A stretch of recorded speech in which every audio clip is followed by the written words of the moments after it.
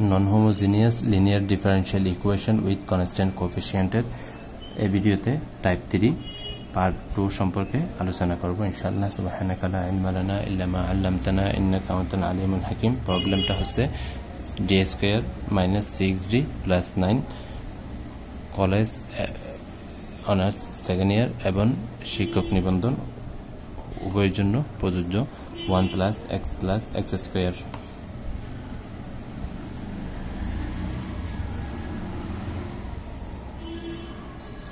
প্রথমে আমাদেরকে complimentary function নির্ণয় করতে হবে। কমপ্লিমেন্টারি ফাংশনের জন্য আমরা বলে থাকি এটা সমান আমাদেরকে প্রথমে কি ধরতে হবে, শূন্য ধরতে হবে। d স্কয়ার মাইনাস 6d, এটাকে 1 নাম্বার দিলাম, 6d plus 9 y is equal to শূন্য। This number 2 equation. Let y is equal to e to the power mx be the trial solution of 2। তাহলে 2 এর সম্ভাব্য সমাধান হচ্ছে কত, y is equal to e to the power mx। এখন complimentary function নির্ণয়ের আগে প্রথমে আমাদেরকে নির্ণয় করতে হবে অক্সিলারি ইকুয়েশন বা সহায়ক সমীকরণ। অক্সিলারি ইকুয়েশন হবে 2 এর, অর্থাৎ d এর পরিবর্তে আমরা কি বসাবো, m বসাবো। m স্কয়ার মাইনাস 6 d এর পরিবর্তে m 6m plus 9 into y two the power mx is equal to 0। এটা সমান আমরা কি ধরবো, শূন্য ধরবো। তাহলে এটাকে আমরা যদি মিডল টার্ম ফ্যাক্টর করি,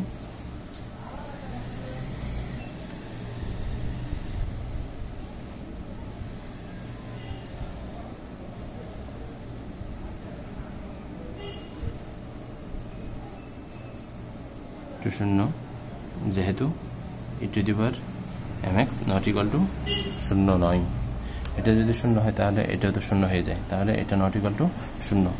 তাহলে এখান থেকে আমরা যদি m কমন নিই আমরা পাই এটা হবে minus 3m minus 3m। m common নিলাম, m মাইনাস 3 মাইনাস 3 কমন নিলাম, m minus 3 is equal two 0। তাহলে m minus 3 m minus 3 m minus 3 common নিলাম, m মাইনাস 3 কমন নিলাম, তাহলে ইজ ইকুয়াল টু 0। তাহলে আমরা এখান থেকে কি পাই, m এর মান কয়টা, 3।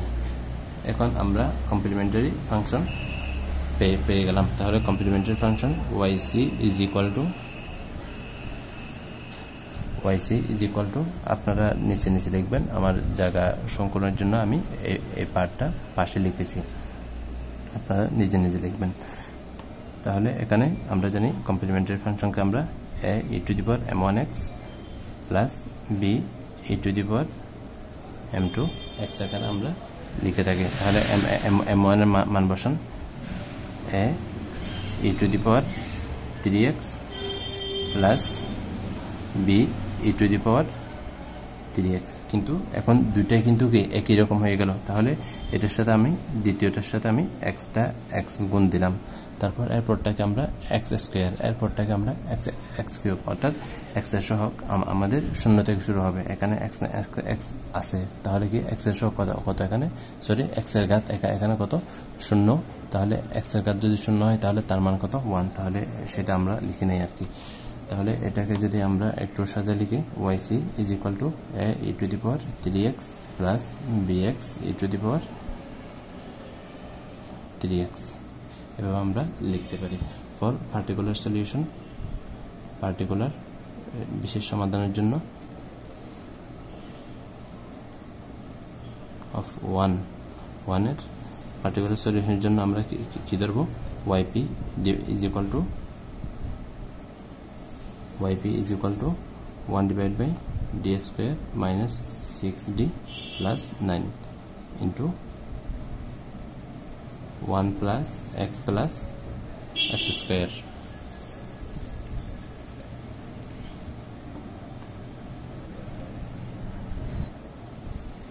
এদিকে যদি আমরা একটু যদি লক্ষ্য করি, এটাকে কি লেখা যায়, m মাইনাস 3 হোল স্কয়ার লেখা যায়।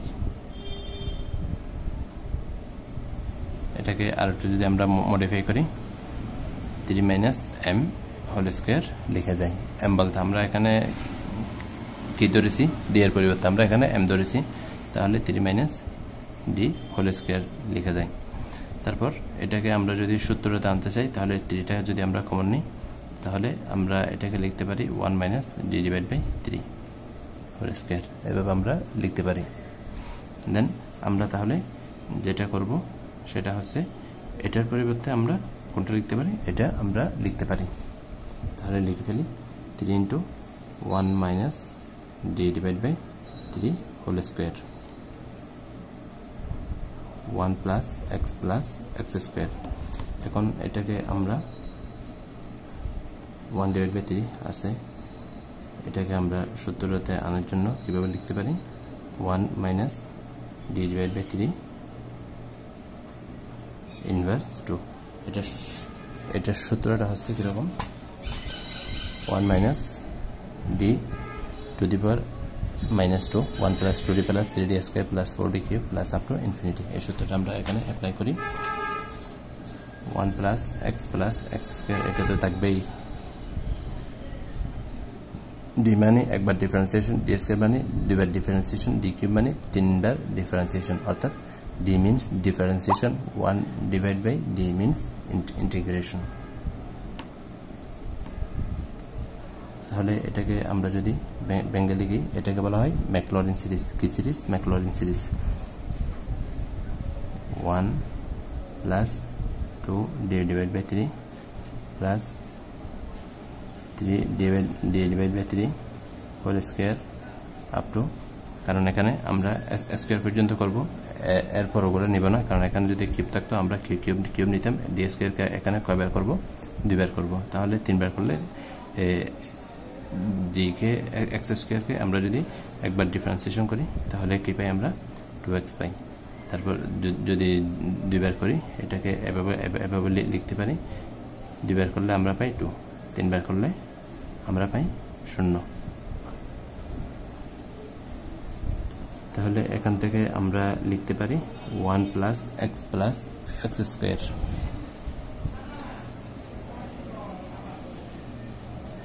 দেন 1 ডিভাইড বাই 3, এখন এটা সম্পূর্ণটা এটার সাথে গুণ দিব, 1 plus x square plus 2 divide by 3। এখন ডিফারেন্সিয়েশন করি এটাকে, 1 কে করলে 0, এক্স কে করলে 1, এক্স স্কয়ার করলে 2x plus 3 divide by 9, that means 1 divide by 3 D square. তাহলে 1 কে যদি 2 বার ডিফারেন্সিয়েশন করি আমরা কত পাবো? 0। এক্স কে 2 বার করলে 0, তারপর এক্স স্কয়ারকে 2 বার ডিফারেন্সিয়েশন করলে আমরা কত পাবো? 2 পাবো। 2টা লিখলাম। এখন আমরা যদি এখানে যোগ বিয়োগ করি, গুণ ভাগ করি, আমরা সামান্য একটু ভুল করেছি। এখান থেকে 3 না 3 স্কয়ার আমরা কমন নিব, তাহলে এটা হয় 3 স্কয়ার কমন নিলে তাহলে এটা কত হবে আমাদের? 9। এটা 9, এটা 9, এটা 9। এখন এখান থেকে আমরা 3 যদি লসাগু নিই তাহলে কত হবে? 3 ইন্টু 9, তাহলে 3 9 27। এখন 3 দ্বারা এগুলাকে গুণ দিই আমরা, 3 দ্বারা যদি গুণ দিই 3 plus 3x plus 3x square, তারপর এটাকে যদি আমরা গুণ দিই 3 2 6,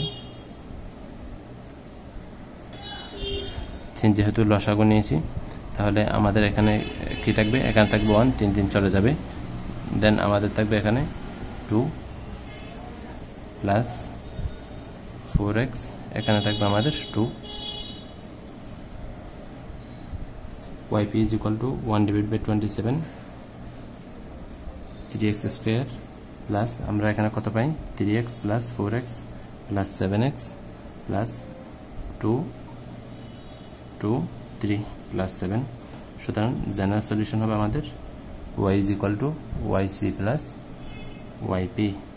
তাহলে yc আমরা কত পেয়েছি? yc পেয়েছি এখানে